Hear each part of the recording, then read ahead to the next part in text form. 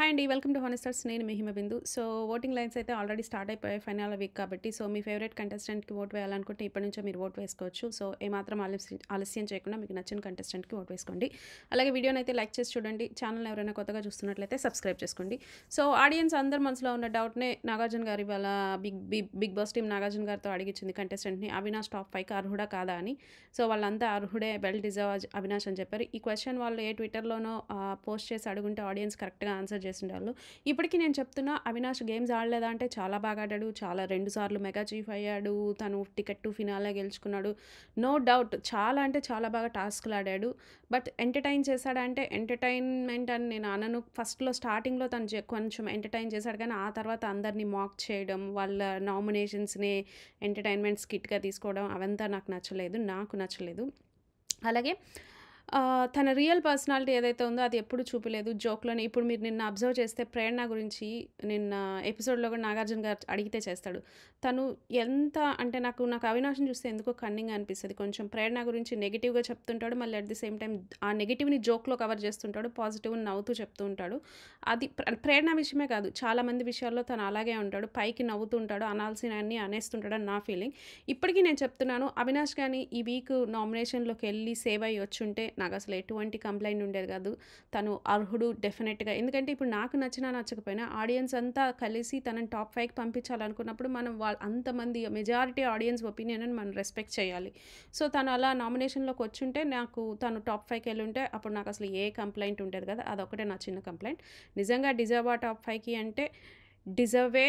కాకపోతే అది audience vote through వెళ్ళుంటే deserve అని నా ఫీలింగ్ అంతే. సో, టాప్ 5 కంటెస్టెంట్స్ ఎవరో తెలిసిపోయింది. ఫస్ట్‌గా ఈరోజు ఎపిసోడ్‌లో చెప్పుకోవడానికి పెద్ద హైలైట్స్ ఏం లేవు. నేను చాలా హై లెవెల్‌లో కవర్ చేస్తా. సో, ఫస్ట్ నామినేషన్‌లో ఉన్న 5 కంటెస్టెంట్స్‌ని యాక్షన్ రూమ్‌లోకి పిలిచారు. ఒకళ్ళని సేవ్ చేస్తామన్నారు. ఫస్ట్ ఫైనలిస్ట్ ఎవరనేసి. సో, ఫస్ట్ ఫైనలిస్ట్ నిఖిల్ అవుతాడు. నెక్స్ట్ సెకండ్ ఫైనలిస్ట్ వచ్చేసి గౌతమ్ అవుతాడు. థర్డ్ వచ్చేసి ప్రేరణ అయితది. అక్కడ ప్రేరణ ఎక్స్‌ప్రెషన్ చూసారా? ప్రేరణకి నిజంగా కాన్ఫిడెన్స్ లేదేమో టాప్ 5కి వస్తానని అన్నట్టు పెట్టింది ఎక్స్‌ప్రెషను. సో, తర్వాత ఫోర్త్ ఫైనలిస్ట్ నబీల్ అనమాట. సో, ఈ ఆర్డర్ చూస్తే వీళ్ళు ఈసారి కరెక్ట్ ఆర్డర్ ఇచ్చేసారు. ఓటింగ్స్‌లో ఎవరికి ఎలాంటి ఓటు ఉందో ఆ ఆర్డర్‌ని అక్కడ డిస్‌ప్లే చేసినట్టు అనిపించింది. సో, నాకు తెలిసి కంటెస్టెంట్స్‌కి కూడా ఒక ఐడియా వచ్చుంటుంది. వాళ్ళు ఏ ఆర్డర్‌లో ఉన్నారు అనేసి ప్రెజెంట్ ఇప్పుడున్న సిట్యుయేషన్‌కి ఈ రోజుకి. సో, ప్రేరణ సేవ్ అయినప్పుడు చాలా సార్లు thank you audience, thank you big boss, thank you Nagarjuna garu చాలా సార్లు థ్యాంక్ యూ చెప్తదనమాట. అప్పుడు నాగార్జున గారు ఒక రౌండ్ అంటారు. నెక్స్ట్ రౌండ్ పేరు థ్యాంక్ యూ అనేసి. మీరు ఈ హౌస్‌లో ఎవరికైనా థ్యాంక్ యూ చెప్పాలనుకుంటున్నారా? సారీ చెప్పాలనుకుంటున్నారా? అని అడుగుతారనమాట. సో, ఫస్ట్ విష్ణుప్రియతో స్టార్ట్ చేస్తారు. సార్ నేను థ్యాంక్ యూ సీతకి చెప్పాలనుకుంటున్నాను. తను నా ఆత్మకి చాలా సపోర్ట్ ఇచ్చిందనో ఏదో చెప్తది. సారీ ఎవరికి చెప్పాలనుకుంటున్నావు అంటే సారీ వచ్చేసి రోహిణికి చెప్పాలనుకుంటున్నాను సార్. అప్పుడప్పుడు తెలుసో తెలియకో నేను రోహిణిని హర్ట్ చేశాను అని చెప్పింది. అలాగే నెక్స్ట్ నిఖిల్‌ని అడుగుతారు. నిఖిల్ వచ్చేసి సార్ నేను థ్యాంక్ యూ వచ్చేసి పృథ్వీకి చెప్పాలనుకుంటున్నాను. తను నాకు బ్రదర్ లాగా ప్రతి సిట్యుయేషన్‌లో నన్నులా ఉండమన్నాడు. నన్నెప్పుడు మారమనలేదు. సో, తనెప్పుడు ఒక బ్రదర్ లాగా ఉన్నాడనేసి తనకు థ్యాంక్ యూ చెప్తాడు. సారీ ఎవరికి చెప్తున్నావు అంటే గౌతమ్‌కి అని చెప్తాడు. గౌతమ్‌కి నేను తెలుసో తెలియకో అంటే నేను హర్ట్ చేయాలని కావాలని ఒక మాట నోరు జారాను. అది జారకుండా ఉండాల్సింది. ఐయామ్ రియల్లీ సారీ అనేసి హార్ట్ ఫెల్ట్ సారీ చెప్పాడనమాట. సరే అని చెప్పేసి గౌతమ్ కూడా సారీ చెప్తాడు. ఇక్కడ చూడాలి వీళ్ళిద్దరిని నిఖిల్ హగ్ చేసుకోవడానికెళ్తే గౌతమ్ కిస్ చేస్తాడనమాట. అరే! ఏంట్రా మీరిలా కిస్ చేసుకున్నారు. ఇప్పుడు మీ ఫ్యాన్స్ పరిస్థితి ఏంటి? మీ గురించి ఒకళ్ళ గురించి ఒకళ్ళు day and night time spend చేసి ట్విట్టర్‌లో, సోషల్ మీడియా అంతా ఎక్కడ పడితే అక్కడ నెగెటివ్ కామెంట్లు పెడతా ఉంటారు. మరి వాళ్ళ పరిస్థితి ఏంటి? అందుకే చూడండి ఫ్యాన్స్ వాళ్ళు ఆల్రెడీ కలిసిపోయారు. జనరల్‌గా హౌస్ బయటకొచ్చిన తర్వాత కలిసిపోతారు. వీళ్ళు ముందే కలిసిపోయారు. కాబట్టి మీరు కూడా అనవసరంగా నిఖిల్ గురించి లేదా గౌతమ్ గురించి నెగెటివ్ కామెంట్స్ పెట్టుకోకండి. మీ టైం వేస్ట్ చేసుకోకండి.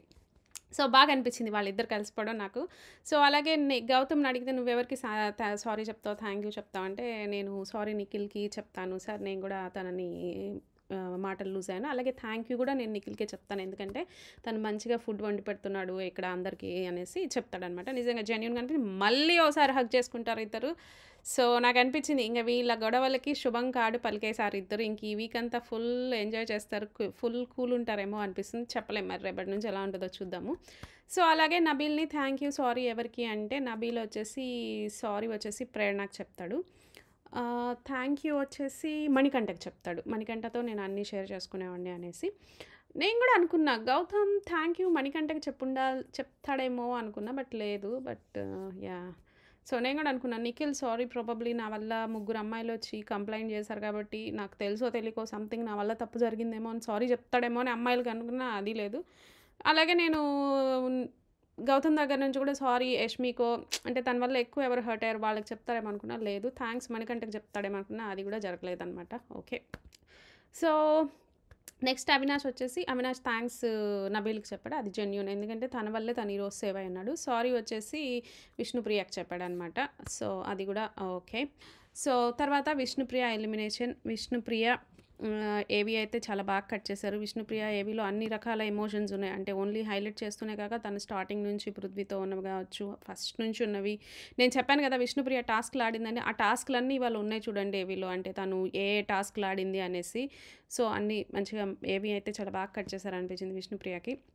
ఇంకా విష్ణుప్రియని ఒక క్వెషన్ అడిగాడు నాగార్జున గారు. అదేంటంటే, సో నువ్వు ప్రౌడ్‌గా మీ నాన్నగారు వచ్చారు గదా! మరి మీ నాన్నగారు ప్రౌడ్‌గా ఫీల్ అవుతున్నారంటే, నేనైతే చాలా ప్రౌడ్‌గా ఫీల్ అవుతున్నాను. మా నాన్నగారు నాకు తనకి అబ్బాయిలు పుట్టలేదని ఫీల్ అయ్యారు. అమ్మాయిలు మేమన్నా నచ్చలేదు అన్నట్టుగా చెప్పింది. సో, నేనైతే చాలా ప్రౌడ్‌గా ఫీల్ అవుతున్నాను. మా నాన్నగారిని ఇక్కడి దాకా తీసుకొచ్చానంటే నాగార్జున గారు ఒక మాట అన్నారు. సో, ఏమన్నారంటే నువ్వు ప్రౌడ్‌గా ఫీల్ అవ్వడం గాదు. ఆయన ప్రౌడ్‌గా ఫీల్ అవుతాడు నువ్వు ఇక్కడి దాకా వచ్చినందుకు అనేసి ఒక మాట అన్నారు. నాకు నిజంగా అది చాలా బాగా అనిపించింది. ఎందుకంటే విష్ణుప్రియ గారి లైఫ్ చాలా స్ట్రగుల్స్ ఉన్నాయని మనం చాలా సార్లు విన్నాము. అంటే తన ఫాదర్ విడిపోయారు. తనకి చిన్నప్పటి నుంచి ఫాదర్ సపోర్ట్ లేదు. మదర్‌కి ఏదో హెల్త్ ఇష్యూస్ ఆవిడే చనిపోయారు. సో, ఒక పాయింట్‌లో ఈవిడే ఫ్యామిలీనంతా టేక్ కేర్ చేయాల్సిన సిచ్యువేషన్. మదర్‌కి హెల్త్ సరిగ్గా లేదు. హెల్త్ అంటే ఏదో మెంటల్ హెల్త్ ఇష్యూస్ సరిగ్గా లేవు. తనే చూసుకోవాల్సిన సిచ్యువేషన్ వచ్చింది. సో, తనే ఫ్యామిలీనంతా మోయాల్సిన సిచ్యువేషన్ వచ్చింది అంటే మీరు అర్థం చేసుకోండి. అంటే జనరల్‌గా ఫ్యామిలీస్‌లో ఎలా ఉంటుంది. ఫాదర్, మదర్ ఉండి పిల్లల్ని ప్రొటెక్ట్ చేస్తూ, వాళ్ళకి అన్నీ ఇస్తూ, వాళ్ళకి కావాల్సినవి ఒక రెస్పాన్సిబిలిటీ తీసుకొని, వాళ్ళకి మ్యారేజ్ చేసి అలా ఉంటుంది. ఆ అమ్మాయి కేస్ ఏంటి వెరస్ రివర్స్. ఆ అమ్మాయి రెస్పాన్సిబిలిటీస్ తీసుకోవాల్సొచ్చింది. ఆ అమ్మాయి స్ట్రగుల్స్ ఏంటో మనకు తెలియవు. అలా అని నాకు కొంచెం సాఫ్ట్ కార్నర్ విష్ణుప్రియ మీద. అట్లని నా రివ్యూస్‌లో నేనెప్పుడు విష్ణుప్రియకి బయాస్డ్‌గా లేను. ఆ అమ్మాయి తప్పు చేసినప్పుడు తప్పు అనిపించింది తప్పని చెప్పాను. అలాగే ఆ అమ్మాయి కరెక్ట్ చేసింది కరెక్ట్ అని చెప్పాను అంతే. సో సో ఫైనల్‌గా విష్ణుప్రియనైతే నాగార్జున గారు అడిగారనమాట. ఈ సీజన్ 8లో ఎవరు విన్నర్ అవుతారు అనేసి. తనేం చెప్తదంటే, గౌతమ్ నాకు ఇప్పటికీ అర్థం కాలేదు కాబట్టి గౌతమ్‌ని 4థ్ పొజిషన్‌లో పెడుతున్నాను. ఇప్పుడు నేను ఇంటికెళ్ళి ఫస్ట్ రేపు నీ గేమే చూస్తాను గౌతమ్ అనింది. అలాగే అవినాష్‌ని టాప్ 3లో గౌతమ్‌ని 5థ్ పొజిషన్‌లో పెట్టింది. అవినాష్‌ని 4థ్ పొజిషన్‌లో పెట్టింది. సో, నబీల్‌ని 3ర్డ్ పొజిషన్‌లో పెట్టింది. ప్రేరణ లేడీ విన్నర్ అవ్వాలనింది. బట్ నాకైతే నువ్వు లేడీ విన్నర్ అవ్వడానికి దగ్గరగా ఉన్నావో లేవో తెలీదని సెకండ్ పొజిషన్‌లో పెట్టింది. ఆహ్, ఆహ్, నిఖిల్‌నైతే ఫస్ట్ పొజిషన్‌లో పెట్టింది. తను చెప్పిందేంటంటే, నాకొచ్చిన విజన్ నేను ఫినాలే వీక్‌లో ఉన్నాం. నేను విన్నర్‌నయ్యాను. నువ్వు రన్నర్ అయ్యాను. ప్రాబబ్లీ తనకొచ్చిన విజన్ నిజమే. ఎప్పుడు స్టార్టింగ్ 1 ఆర్ 2 వీక్స్‌లో అంతే విష్ణుప్రియ టాప్‌లో ఉండింది. ఆ విజన్ తగ్గేటట్టు ఆ అమ్మాయి గేమ్ ఉంటే ఈరోజు టాప్‌లో ఉండేది. బట్ ఆ విజన్ రాంగ్ అయింది కాబట్టి స్టిల్ నువ్వు విన్ అవ్వాలి అని కోరుకుంటున్నాను అనేసి అక్కడ పెట్టింది. గౌతమ్‌తో వెళ్తూ సో, గౌతమ్ విష్ణుతో అంటాడనమాట. మనం బయటికెళ్ళాక కలుద్దాం. అప్పుడు నేనేంటో నీకు అర్థమైతది. నేనేంటో నీకు తెలుస్తది. మీ చెల్లిని అడుగు కావాలంటే నేనేంటో చెప్తది మీ చెల్లి అనేసి అన్నాడు. సో, నాకేం వద్దులే అన్నట్టుగా అంటుందనమాట అమ్మాయి జోక్‌గా అది. సో, అదనమాట. మీకు గనక ఈ వీడియో నచ్చితే లైక్ చేయండి, షేర్ చేయండి, సబ్స్క్రైబ్ చేయండి. Thank you.